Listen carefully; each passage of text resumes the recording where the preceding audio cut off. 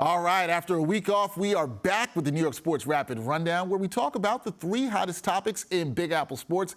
And there's a ton to talk about after we wrapped up the first week in August. Joining me on today's show is another great voice in NYC sports. You see him on Knicks Fan TV, representing Harlem World, East Harlem to be exact. My guy, JD. JD, welcome to the show, man. How you doing? Dexter, thank you for having me here. It's an honor. I'm ready to rock and talk sports. Well, it's good because I always talk to you, but we've done this remote, so I'm really glad to have you here on the New York Sports Rapid Rundown. This guy's one of the best voices in New York sports, like I said. And JD, crazy week here because we got a lot to talk about. We're going to talk about JD's football team. That is the New York Giants. We're also going to talk about Zach Wilson. He returned to the field in the Hall of Fame game. But first, we're going to talk about the Mets and the Yankees' moves at the trade deadline. Now, JD, the Mets, they did a lot of movement. They traded 6 players in 6 days before the August 1st deadline. Was the Mets blowing up the team as they did here that was underperforming? Was that the right move? I think it was. I think it was the right move because when you look at the players they traded, you're talking about Verlander, who's their best player, their best pitcher, but he's 40 years old. David Robertson's 38. Tommy Pham is about 34, 35. So you're looking at, Escobar's 34, 35 years old. A lot of these players are towards the end of their careers. And when you look at the way the Mets have performed this season so far, it's kind of, we'll talk about the Yankees, but then you start to ask, can we get some value out of this? And one of the prospects they got in one of those trades was Acuna's brother, and he's already the number 2 top 3 prospect on the Mets farm system.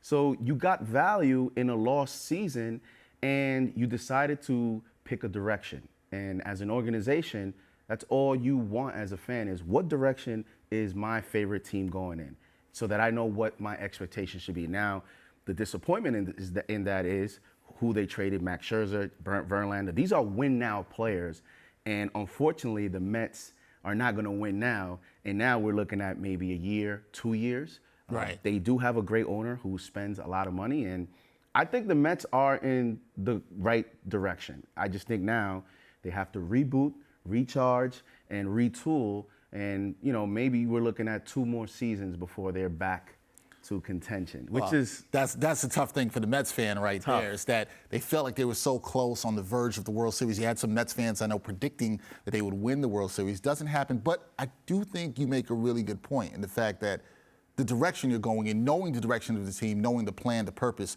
whatever you may call it, that actually what matters. Now, speaking of plan and purpose, I got to ask you about your Yankees, okay? And you see, JD's already putting his head down, which tells me he's a little disappointed, all right? Now, the Yankees, and I would like to know if you know what their purpose is. I think a lot of fans, and tell me if I'm wrong here, a lot of Yankee fans thought the team would try to bolster the lineup at the deadline. That doesn't happen. They go out and they get 2 relievers. So when you look at the lineup, which has struggled offensively, and they had some time without Aaron Judge, can the Yanks make a run at the playoffs with a realistic run with their current lineup, the way it is, the way the roster is constituted? Can they make a run to the playoffs, JD? Don't know that they can. They're 29th in Major League Baseball with a .230 batting average. I was looking at the lineup yesterday, and they don't have a player that was in the lineup card yesterday outside of Aaron Judge that has an over 32 percentage on base percentage. So they don't hit for average, and they don't get on base, and they did nothing at the trade deadline. So I think you asked me the Mets question first on purpose to set me up. No, because I talked about they picked a direction, and I today don't know what direction the Yankees are going in. Obviously, Cashman believes that they have enough. They're only about 3.5 games back, but they have too many teams in front of them.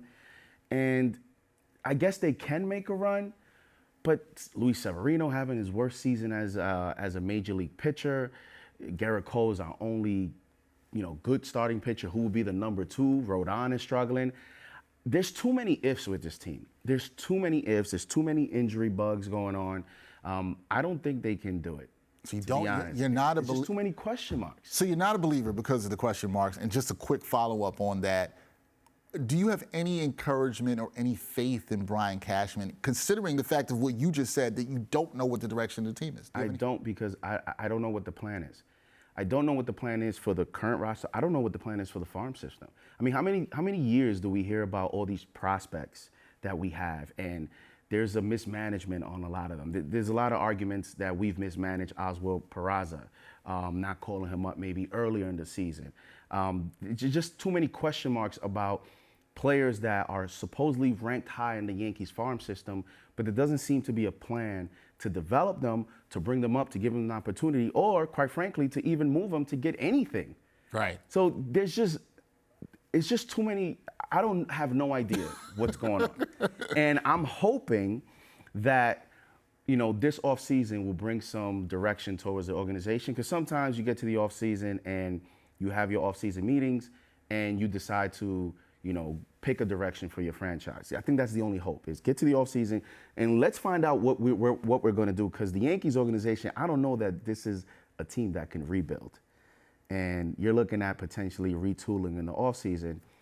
I don't know what you're going to get out there. It's going to be interesting to see if they do choose the direction of could be retool. dark times. Dark times? I'm nervous. In the Bronx. I'm nervous. I know you don't want that. All right, could be dark times. Sometimes Jets fans, they've known about some dark times, but that was around Zach Wilson. Zach Wilson, he returned to the gridiron in the Hall of Fame game on Thursday against the Browns.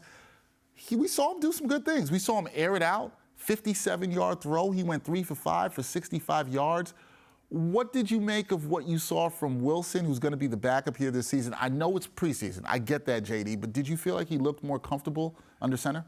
I think he did. I think you take this, I don't even look at the yards. I don't look at the stats.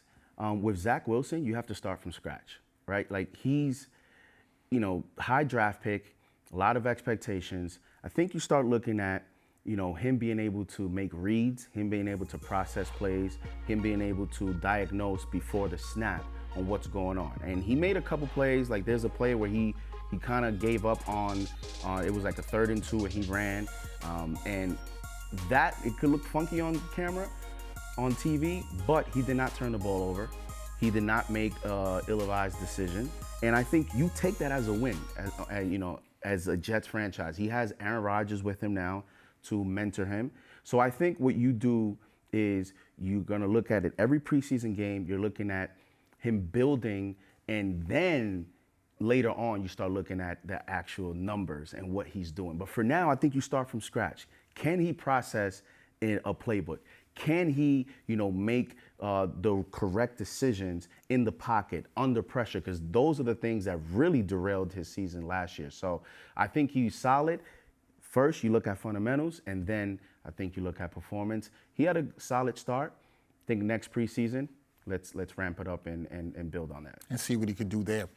You talked about him being behind Aaron Rodgers, right? And I think for some Jets fans, they're obviously hyped about Aaron Rodgers being here under center for the Jets, but knowing that Zach Wilson is the backup and will be tutored, for lack of a better term, by Aaron Rodgers, do you think he can develop into the Jets quarterback of the future with Aaron Rodgers showing him the way? We'll see. We'll see. I think he'll have all the opportunity to do so, because it's not only going to be one season, it's going to be 2. Right. And, these players, when they fail the first time in their organization, usually a change of scenery is the only option. But he is actually getting a unique opportunity where he's going to get a second chance in the franchise that drafted him, but he's going to get it under an environment where he's under a Hall of Fame quarterback. Aaron Rodgers, a Tom Brady. I think these are the only types of players where if you draft a quarterback and he fails, if you're going to keep him and you're going to give him a second shot, you have to bring someone else to restart the whole process. And I think because he's going to get not one, but it looks like 2 seasons at the very least to be under Aaron Rodgers. We've seen a lot of clips of Aaron Rodgers, working on his mechanics, working on his set.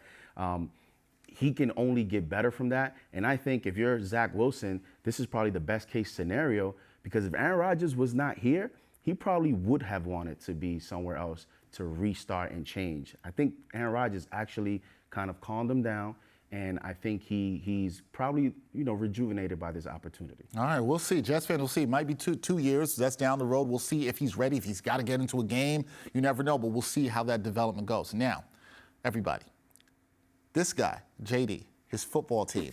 It is the New York Giants. Before he came up here, he told me he was excited to talk about the Giants. And I got to talk to you about this with the Giants, JD, because let's keep it real. We'll keep it a buck.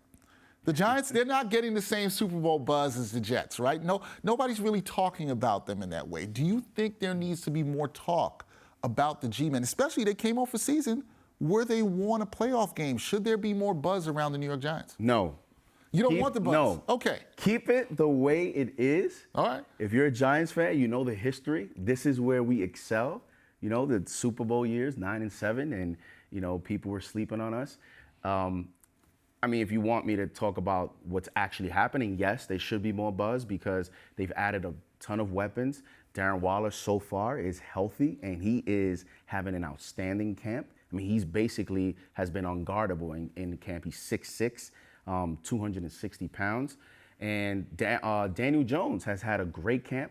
I think he's had maybe one interception in camp. I know it's only training camp, but he only had 5 picks last year, and there's a lot of quarterbacks around the league. Even Josh Allen, without Brian Daboll, had a higher turnover season. You know, they're going to look to expand the offense. They're going to look to become an explosive team.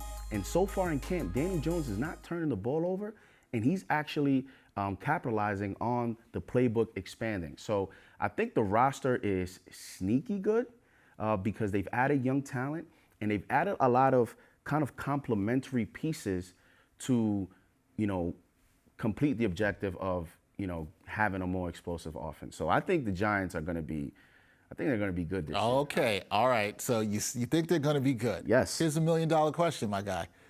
How good do you believe that the Giants could be in 2023? I know you want them to be under the radar. Wins? Yeah, we're talking about wins. I'm putting you on the hot. You're in the hot seat for a prediction. How good do you believe the Giants can be in 2023? I've been talking to some Giants fans. I've been getting some interesting answers in their predictions. What do you say? I think the interesting aspect that you're getting is there's actually a scenario where they can take a step back in their actual win total, but actually be a better team. It's funny. You're not the first person to say that. I was talking to somebody yesterday. I was at WFAN who made the same point.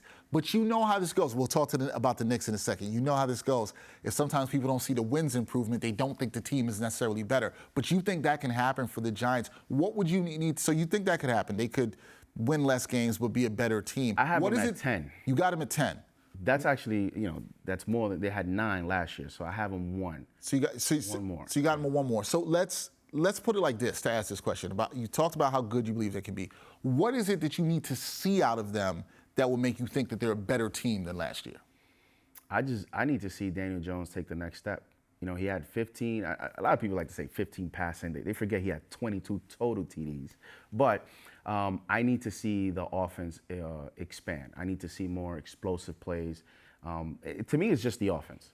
That's what I need to see. I need to see an aggressive approach on third downs, early downs, and that's pretty much it. Like, I think all Giants fans, we want to see the offense grow.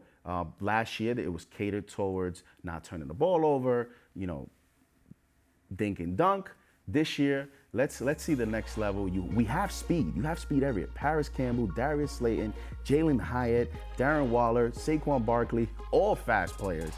Let's see the next level on offense. Yeah, you would think that the offense would be a bit more dynamic this season. I think that's not a unfair expectation, you know, with the New York Giants. Even as we look at the talent that we're seeing now in the video on the screen, you know, this team should be better offensively than they were last year, and I think that's the hope for a lot of Giants fans. Okay, so those are our 3 topics. Now, if you thought I was going to let JD get out of here without talking some Knicks hoops, you see him repping Knicks Fan TV to the fullest. That was not going to happen. Knicks talk. I know the offseason's kind of quieted down now, okay? We know it's kind of quieted down. But what did you make of what the team did this offseason, right? They added Dante DiVincenzo. They traded Obi Toppin, which is, you know, fan favorite. Everybody wanted him to play. What did you make of their moves? Good, bad? Do you think the team got better? I think they got slightly better. I think what they're counting on is obviously the addition of Dante DiVincenzo, making them a little bit better and smarter as a high IQ player. But at this point, I think they're counting on the development of their young players. You know, Emmanuel Quickley, R.J. Barrett, Quentin Grimes. These are guys that need to take the next step. And when I say the next step, I think it's more of them being prepared for the big moment. You know, for me, when I say the next step, I don't know that I need R.J. Barrett to be a 26 points per game player this year. I don't know that I need Quentin Grimes to be a 20 points per game player. But what I do need them to be is next time we go to the playoffs, that they're more prepared for the moment and that they're able to perform in high leverage, high pressure situations. So I think the Knicks are counting on development and, you know, they're Nova players. They're waiting on the big fish. And I know fans, they get upset. Yeah.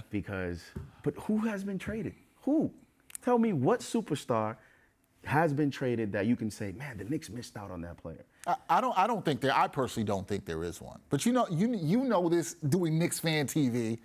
You know how impatient sometimes the Knicks fan base can be. I think the Knicks, I've said this on some other shows, I think the Knicks' patience and the way they've approached this has been fine. So it sounds to me like you're fine with what they're doing in terms of waiting on the internal development of these players? I just think this regime is going to be, they're going to be graded on when they make that move. And I said this from the moment that they were hired, is when Leon Rose makes that first big move and he gets rid of those picks and a few of these young players, and he goes after Joel Embiid, does he go after a Paul George? Does he go after a Zach LaVine at the deadline, or whoever it is? That is going to be the moment where I think the clock starts ticking, because after you make that move, you don't have anything left.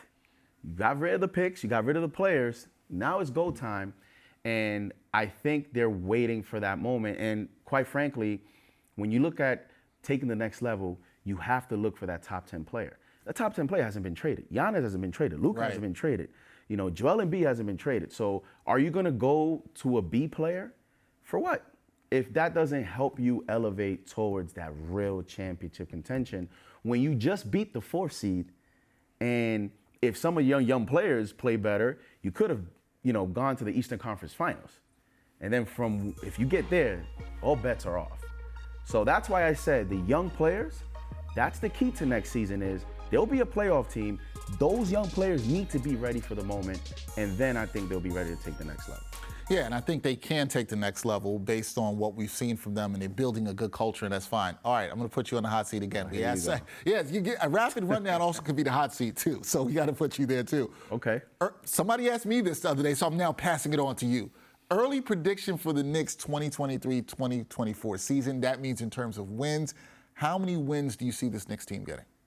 I think they are going to be, a 52-win team. Okay. I had said 50 wins for them the other day when somebody asked me. Some people are going to see this and say JD is tripping. I'm sure they're going to do that. They're going to say he's tripping. I might go down a win or two, but okay. 51, 52. Talk to me about why you believe they can be a 50-plus win team. I just look at the way, I know some Knicks fans are down a little bit on Josh Hart in the playoffs because of the shooting. Even though he shot very well as a Knick when he came during the season, I just looked at the way they played after he was acquired, and you start to look at how would that look in an 82-game season, right? They'll have a training camp. They'll have more chemistry. I think Julius Randle, you know, at least in the regular season, we know he's going to have a monster year. Jalen Brunson, year 2, being the guy, right? R.J. Barrett now is expected to take the next step, and I do think DiVincenzo will help him a lot off the bench in terms of adding stability, adding shooting, adding defense. He's another Nova player. I think there's a lot to be said about having chemistry, about having players that you can play with, and having another additional defender and shooter. Tom Thibodeau loves that. And so I think all that together, 82-game season, we all know Thibodeau, every game in the regular season, while maybe other teams take a low management night, he doesn't. Right. I think that will lead to about 51, 52 wins. Yeah, I could see that. I could see that slight improvement, 51, 52 wins. You heard it from JD. Knicks season's right around the corner. I know you've been taking a break through the offseason. Knicks season is right around the corner. It'll be back here. Giant season is literally basically can't here. wait. It's good times to talk. I want to thank you for joining me on the Rapid Rundown, man. I really appreciate you coming up here. Thank you, man. First time in these studios. Yeah. Appreciate it. It won't be the last. It was a lot of fun, and yeah, let's do it again. Yeah, it won't be the last. That is JD. Please check out his work. with Knicks Fan TV. Hit that subscribe button, thumbs up button for the boys who are here, always representing. JD, we'll do this again. Thank you, man. Until next time, everybody. Peace.